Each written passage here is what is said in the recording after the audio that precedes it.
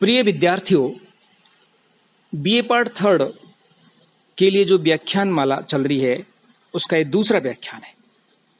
प्रथम व्याख्यान में मैंने आधुनिक काल की पृष्ठभूमि को बताया था। उसमें उन स्थितियों परिस्थितियों का उल्लेख किया था जो भारतेंदु से पूर्व की थी, जो आधुनिक रीतिक काल के अंत और भारतेंदु से पूर्व में क्या स्थितियां परिस्थितियां थी जिसने ब्रज के स्थान पर खड़ी बोली हिंदी को साहित्य के लिए तैयार किया। इसका वर्णन मैं पूर्व व्याख्यान में कर चुका हूं। अब आज के उसी क्रम में इस व्याख्यान में थोड़ा आगे बढ़ते हैं कि किस तरह से खड़ी बोली हिंदी आगे बढ़ी। तो मैंने जैसा कि बताया था, 50 ईस्वी तक आते आते राजाराम मोहन राय ने भारत को आधुनिक बनाने का जो आंदोलन खड़ा किया था, उसने साहित्य के क्षेत्र में भी महत्वपूर्ण प्रभाव डाला और हिंदी साहित्य जो है वो तीव्र गति से आधुनिकता की ओर बढ़ा। इसीलिए हिंदी साहित्य में आधुनिक काल की शुरुआत सन 1850 ईस्वी से मानी जाती है। और जैसा कि आपको विदित है, इसी के आसपास अर्थात 1857 ईस्वी में भारतीय इतिहास में एक महत्वपूर्ण घटना घटित हुई। 1857 का प्रथम स्वतंत्रता संग्राम, जिसे अंग्रेज विद्रोह कहते थे, जो प्रथम स्वतंत्रता संग्राम था, उसने भी भारतीय जनमानस को, भारतीय समाज को और भारतीय साहित्य को बहुत ज्यादा प्रभावित किया। तो सारांश रूप में कह सकते हैं कि 1850 ईस्वी से हिंदी साहित्य के आधुनिक और उसके बाद आधुनिक काल का जो उप विभाजन किया जाता है उसके बारे में आगे बताऊंगा। पहले इसी 1850 के आसपास की स्थितियां परिस्थितियां जो शेष रह गई, किस तरह से हिंदी में क्या क्या बदलाव आए राजाराम मोहन राय द्वारा चलाए गए आंदोलन से, उनका वर्णन इस व्याख्यान में करना चाहूंगा। तो इस समय तक आते आते हिंदी में दो नवीन प्रवृत्तियां उभर कर सामने आई, जो हिंदी के विगत 3 कालों में नहीं थी। न आदिकाल में थी, न भक्ति काल में थी, न रीति काल में थी। हिंदी के आधुनिक काल का जो निकटतम काल में दो नई प्रवृत्तियां राजाराम मोहन राय, ईसाई मिशनरियां, छापाखाना, अन्य महत्वपूर्ण लेखों के द्वारा जिनका मैंने पहले व्याख्यान में वर्णन किया है, उनके द्वारा जो प्रभाव साहित्य में आया, उससे दो नई प्रवृत्तियां हिंदी में उभर कर सामने आई, जो इस प्रकार है। प्रथम कि हिंदी में गद्य की शुरुआत हुई। कि रीतिकाल तक हिंदी में गद्य नहीं था। जितना भी साहित्य लिखा गया, चाहे रीतिकाल हो, चाहे भक्ति काल हो, चाहे आदिकाल हो, वो सब पद्य में था। गद्य की शुरुआत जो है वो आधुनिक काल में हुई। और कौन उसके रचनाकार थे, कौन उसके प्रेरणा स्रोत थे, इसका वर्णन मैं पिछले व्याख्यान में कर चुका हूं। दूसरा जो परिवर्तन आया साहित्य के क्षेत्र में वो था कि ब्रज के स्थान पर खड़ी बोली में काव्य रचना की शुरुआत। कि ब्रज का मोह भक्ति का इतना ज्यादा था कि ब्रज हिंदी की एक बोली थी, लेकिन उसे ब्रज भाषा कहा जाने लगा, क्योंकि उसमें बहुत विशाल मात्रा में साहित्य लिखा गया था। उसके मोह को छोड़ना बहुत मुश्किल था। इसके अतिरिक्त उस समय उर्दू और फारसी का भी इतना ज्यादा प्रभाव था कि कुछ लोग जो थे उर्दू और फारसी को ही भारत की भाषा के रूप में स्थापित करना चाहते थे। लेकिन राजाराम मोहन राय के नेतृत्व वाले गुट ने, विद्वानों ने, संस्थाओं ने हिंदी को, जो इस देश की एक मातृभाषा थी, बोलचाल की भाषा थी, उसको साहित्य के रूप में आगे बढ़ाया और धीरे धीरे हिंदी इन सबसे आगे निकली। और उसमें कि ब्रज के स्थान पर खड़ी बोली की शुरुआत हुई और हिंदी में गद्य की शुरुआत हुई, जो पहले नहीं थी। ये बहुत महत्वपूर्ण बात थी जिसने हिंदी को आधुनिक बनाया। इस युग में जितने भी साहित्यकार हुए वो गद्य तो खड़ी बोली में लिख रहे थे, लेकिन पद्य के क्षेत्र में वो अभी भी ब्रज का ही प्रयोग कर रहे थे, क्योंकि कहीं न कहीं उनकी मानसिकता इस प्रकार से थी कि पद्य जो है वो प्रभावशाली पद जो है वो खड़ी बोली में ही लिखा जा सकता है। ये उनकी मानसिकता थी। इसलिए हम देखते हैं कि पूरे भारतीय युग में भारतेंदु मंडल में जितने भी कवि थे, लेखक थे, स्वयं भारतेंदु भी जिसमें सम्मिलित है, उन्होंने गद्य में तो खड़ी बोली का प्रयोग किया, लेकिन उन्होंने ब्रज भाषा का ही प्रयोग किया। ये उनकी मानसिकता का प्रतीक था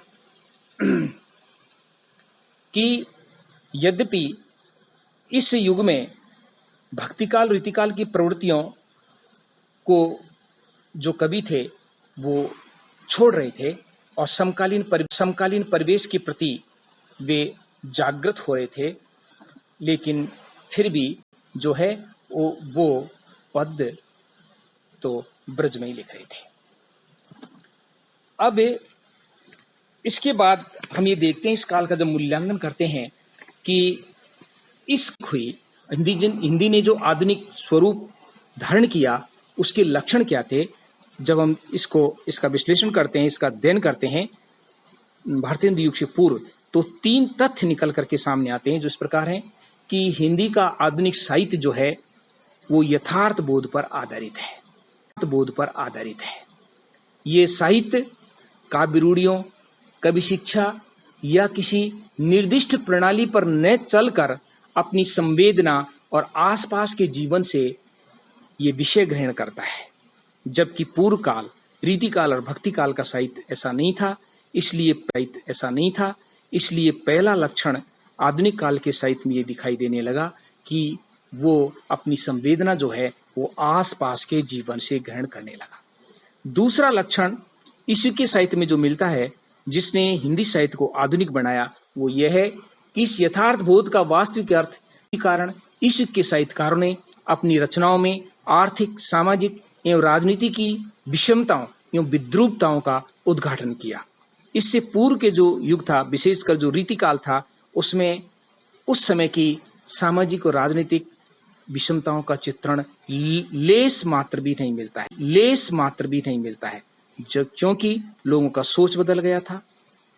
पश्चिमी साहित्य के अध्ययन से, अंग्रेजी साहित्य के आ जाने के कारण, राजाराम मोहन राय के नेतृत्व में चलने वाले आंदोलन के कारण, इसलिए साहित्य ने भी अपना स्वरूप बदला और वो समसामयिक विषयों पर अपनी लेखक जो है वो चलाने लगे और इस तरह से हिंदी धीरे धीरे आधुनिक होने लगी।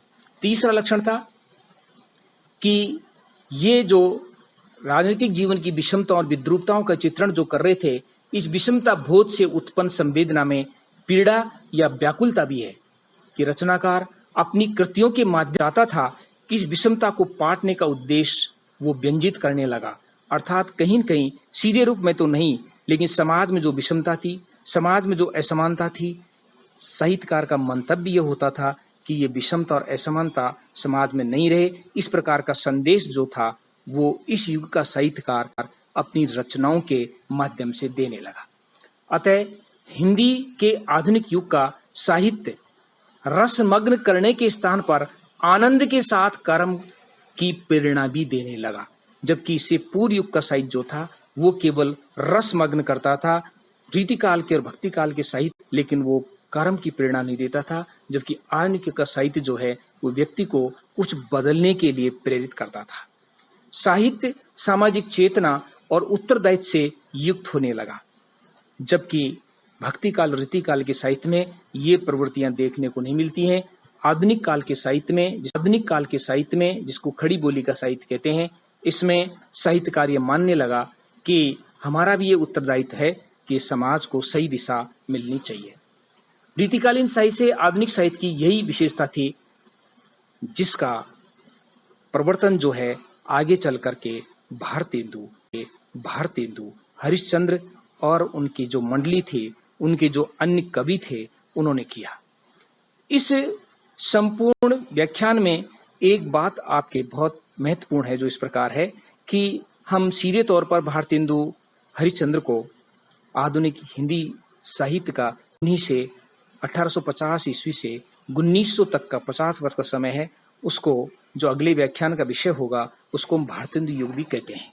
लेकिन इस युग की जो पृष्ठभूमि, जिन स्थितियों ने, जिन परिस्थितियों ने और जिन व्यक्तियों ने व्यक्तियों ने तैयार की जो संधि काल था, एक तरीके से जो आधुनिक रीतिकाल और आधुनिक काल के बीच का जो समय था, 1800 से 1850 के बीच का जो समय था, 19वीं सदी के जो शुरू के 50 वर्ष थे, वो भारतीय समाज और भारतीय साहित्य के लिए बहुत महत्वपूर्ण था, क्योंकि इन 50 वर्षों में ही आधुनिक भारत की जो नींव के सूत्र हैं वो इसी 50 वर्षों में मिलते हैं, और इन्हीं 50 वर्षों ने हिंदी साहित्य को भी आधुनिक बनाया।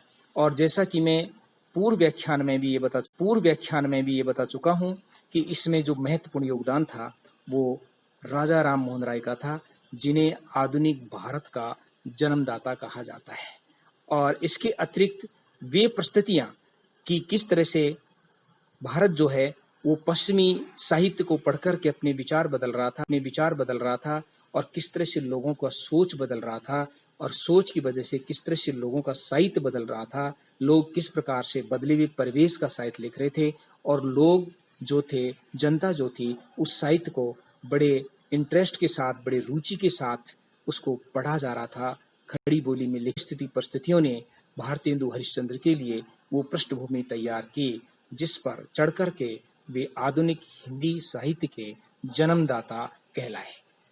बस इस व्याख्यान का यही समापन होता है। इसके बाद हम अगले व्याख्यान में जो आधुनिक काल का पहला चरण है, जिसे भारतेंदु युग कहते हैं, भारतेंदु हरिश्चंद्र के नाम पर, जिसका समय 1850 से 1900 तक है, उसका अध्ययन, उसका विश्लेषण, उसके प्रमुख साहित्यकारों का वर्णन, उसकी प्रमुख प्रवृत्तियों का वर्णन, वो अगले व्याख्यान में, जो तीसरा व्याख्यान होगा, उसमें करेंगे।